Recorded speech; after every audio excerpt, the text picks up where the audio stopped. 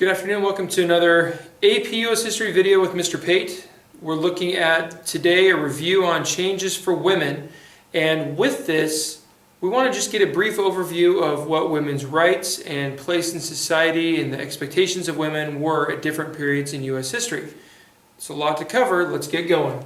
In the colonial era, women had not a lot of rights. When they came over, when they were married, they were subject to basically like whatever their husband wanted to do. In terms of decision making for family, he ruled, so to speak.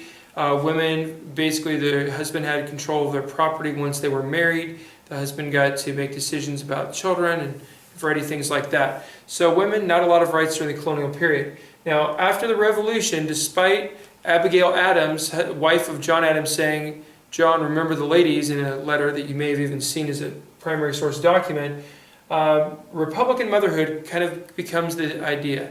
And this is not women are equal and women have the right to vote, which Abigail Adams had been hoping for, but instead it's glorifying the role of women as kind of the center of virtue in the home, that women would raise great citizens by raising their kids to be honest and educated, ready to be contributing members of society and good, knowledgeable, politically aware citizens. Republican motherhood kind of glorifies this role for women, and then we move really into the early 1800s and we get the antebellum period, and a new idea that emerges not too far into the 1800s called the cult of domesticity. And this is more of a term that historians have labeled it today than what it was. No one went around back then saying it's kind of like the Harlem Renaissance. It's a historical label.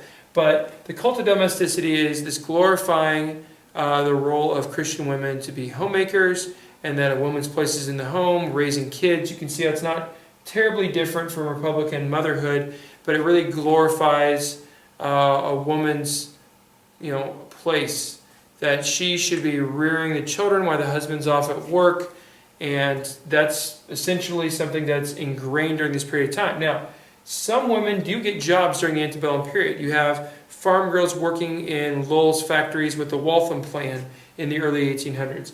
You have some women getting professional jobs as teachers. They had to be unmarried, though.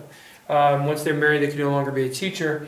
By the time of the Civil War, women start being nurses. So you see some professional jobs like teaching and nursing availing themselves to women.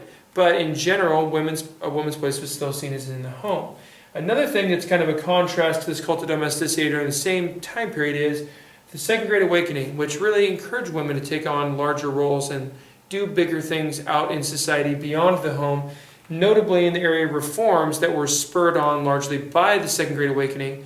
Reforms such as the temperance movement, reforms such as abolition, Dorothea Dix with the prison and asylum reform. So lots of different reform movement areas, and there are others as well.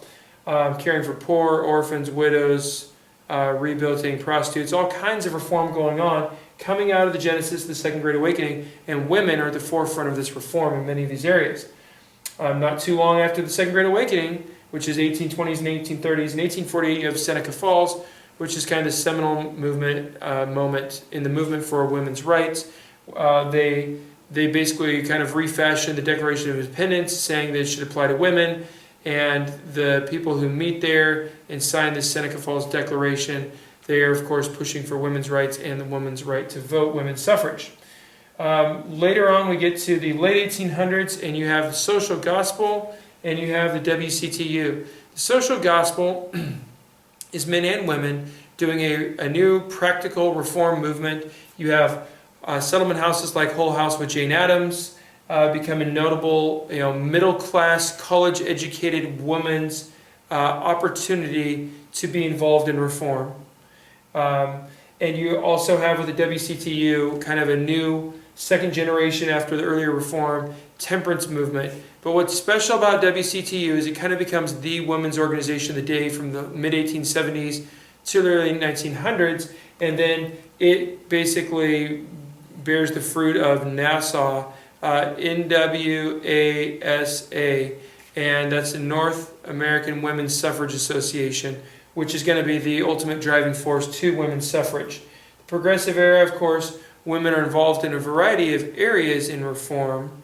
Ida Tarbell writes the History Standard Oil Company as a muckraker. You have Jane Addams as a leading force for women's rights, anti-war force. She's won a Nobel Peace Prize for her settlement house work and her pacifist stances. And so women get suffrage, and they also accomplish the temperance goal of getting prohibition passed. By the 20s, the new woman emerges with the right to vote and kind of the modernization that's occurring. Women, flappers are notable for just rejecting all the previous Victorian fashion trends. Women were much more out in public as single women. Behaviors that, like drinking and smoking, they never would have done in public before. They're doing that. Fashions and what's morally acceptable, dramatic changes there as well for women in the 20s. It's just a huge shattering of previous women's roles.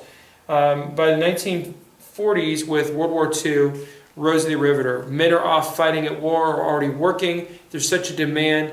They turn to women. And not only do 250,000 women go serve in the armed forces as WACs and WAVES, etc., but women are going to be working in factories big time. Not only are they doing like support office jobs as secretaries, not only are they nurses, as women have been for a while now, they're doing tough industrial jobs. And again, breaking kind of another barrier for women. Rosie the Riveter, of course, is kind of this symbol of this working woman and how she's contributing to winning the war. Post-World War II in the 50s. Women, the roles for them to be working those industrial jobs in large parts dissipate. Women go to more office jobs, teaching, nursing, and various other jobs that were roles they'd had maybe before World War II, because the men coming back from the war need those jobs.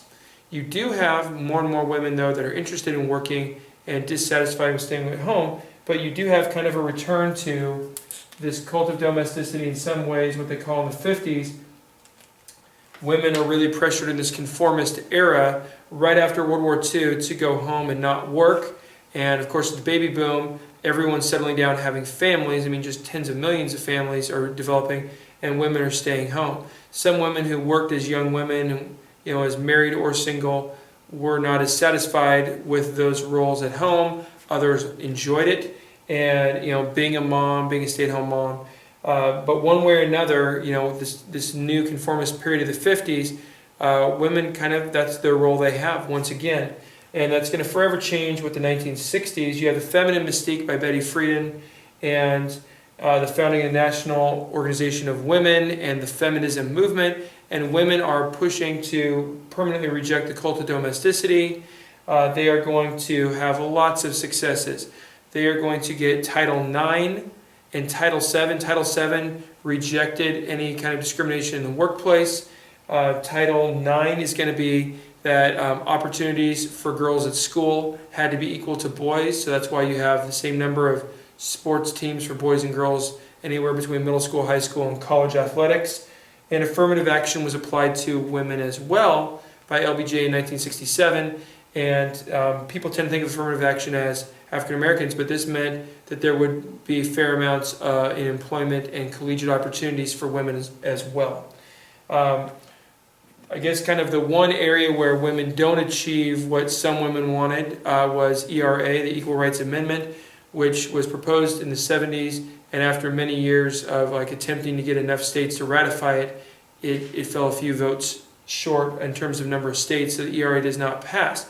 It was kind of controversial in some ways because it would have required everything to be perfectly equal. Some people said we don't want women to get drafted for the military, for instance, but in general, massive things were accomplished for women. They start breaking through glass ceilings, and by the 1980s, you have women CEOs, you have women on the Supreme Court. Going forward to today, ever-growing numbers of women in political office in Congress, state legislatures, governorships, all kinds of things that really a couple generations ago were unimaginable. So that is change for women encapsulated pretty quickly. That's all the time we have for today. Stay classy.